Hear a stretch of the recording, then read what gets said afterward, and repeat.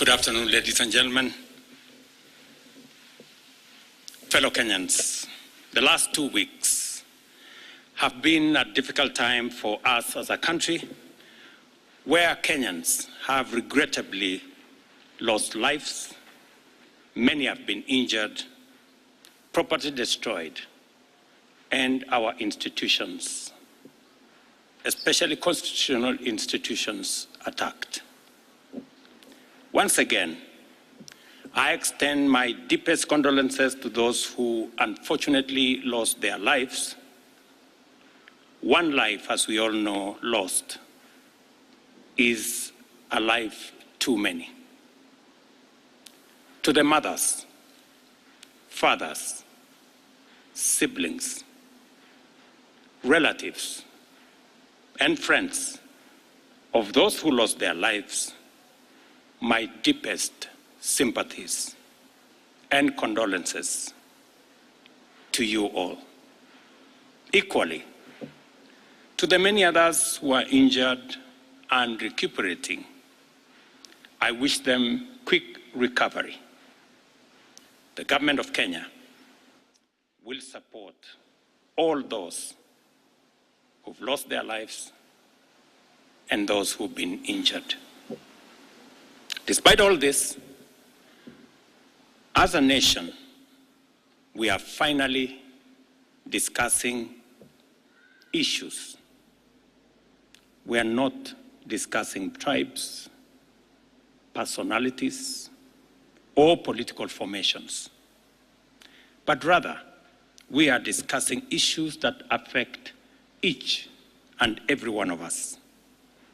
Issues of taxation, debt, budget, corruption, the cost of living, unemployment, and opportunities for all Kenyans, especially our young people. If you go back on my Twitter account, I made a commitment to the country in 2019, 2020, that the conversation in Kenya is going to change. It is not going to be about personalities. It is not going to be about positions. It is not going to be about tribes. It is going to be about issues. Today, that situation is true, that we are having a conversation about issues in our country. We must all be proud of ourselves that we have managed to elevate the debate in our country to the level of issues that affect all of us. I am very happy that we are having a conversation about jobs for our young people, about opportunities for business, about manufacturing, about taxation, about debt, and all the other things that are important to all of us. I make this statement to highlight the actions taken in response to the overwhelming public feedback in the recent days, and to fulfill my commitment to continuously and effectively listen to the people of Kenya, and to underscore my intention to always take public contributions in good faith, applying them to enrich policymaking, governance, and government programs. Public debt is and continues to be a major point of engagement and conversation in Kenya. I have today appointed an independent task force to carry out a comprehensive forensic audit of our public debt and report to us in the next 3 months. This audit will provide the people of Kenya with clarity on the extent and nature of our debt, how public resources have been expended, and will also recommend proposals for managing our public debt in a manner that is sustainable and does not burden future generations. The consequence of withdrawing the finance bill is the reduction of our revenue targets by 346 billion. Over the last few days, our Treasury team has been assessing the adverse impact of either reducing the budget by 346 billion in full or borrowing the 346 billion in full. And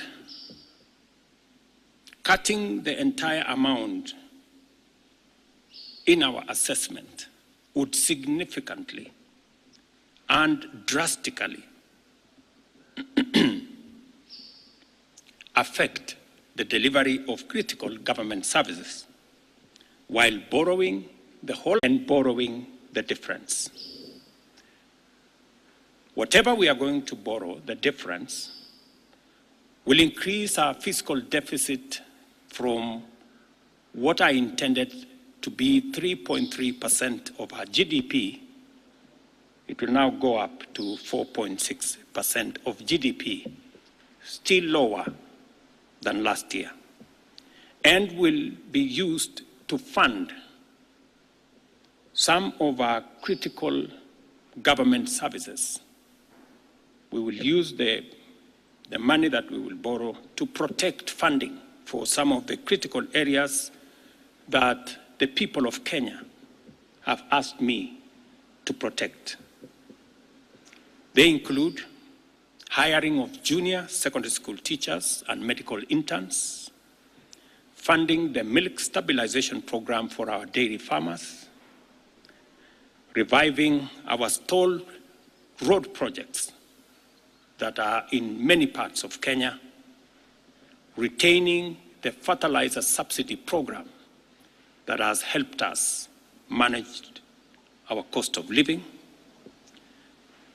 settling the debt owed to farmers in our coffee sector, capitalizing the Coffee Cherry Fund to support our farmers in that sector, enabling public-owned sugar mills to pay outstanding debts to sugarcane farmers for their deliveries, additional funding for higher education, new funding model that was in our plan will now receive additional funding, our farmers in that sector, settling arrears owed to counties, settling arrears for NGCDF, and settling arrears for our pensions.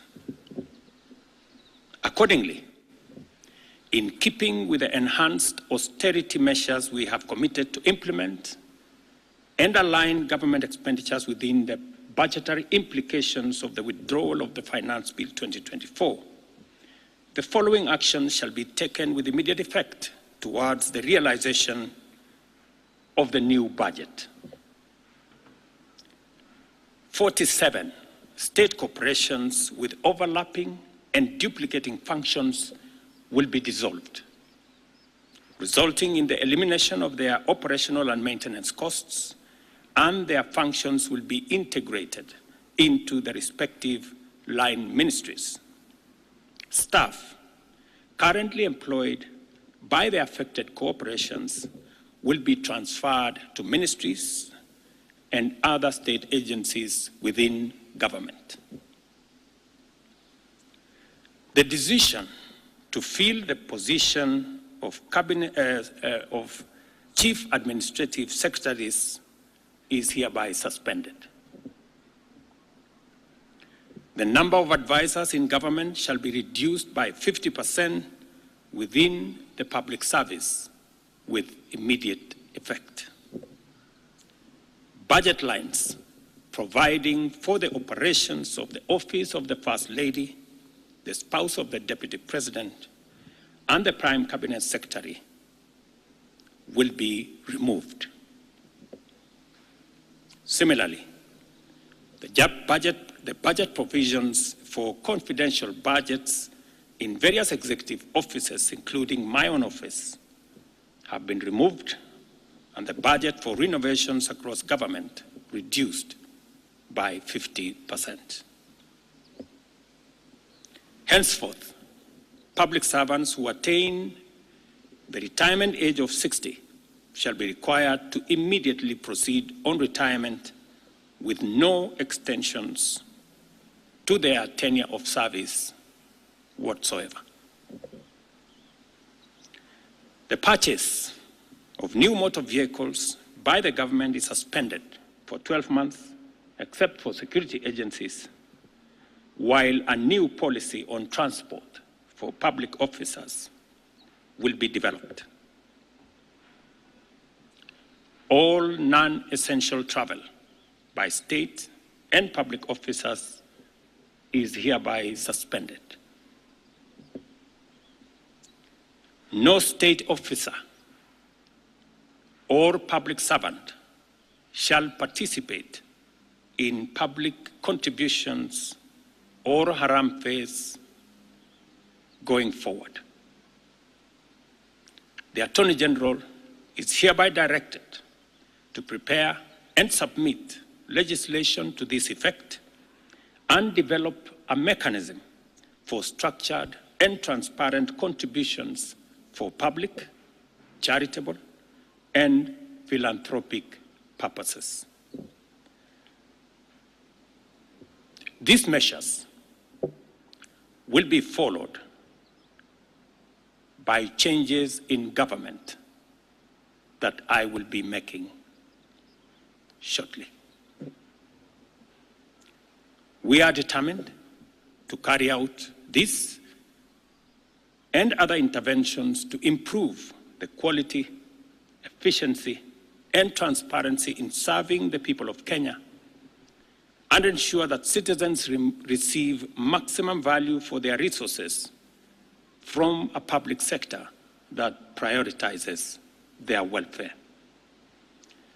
I believe these changes will set out our country on a trajectory towards economic transformation, enabling us to achieve the strategic objectives of the bottom-up economic transformation agenda and deliver our commitment to radically enhance opportunities for all Kenyans and transform our country.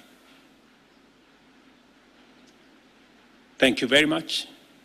God bless you, and God bless our great country, Kenya.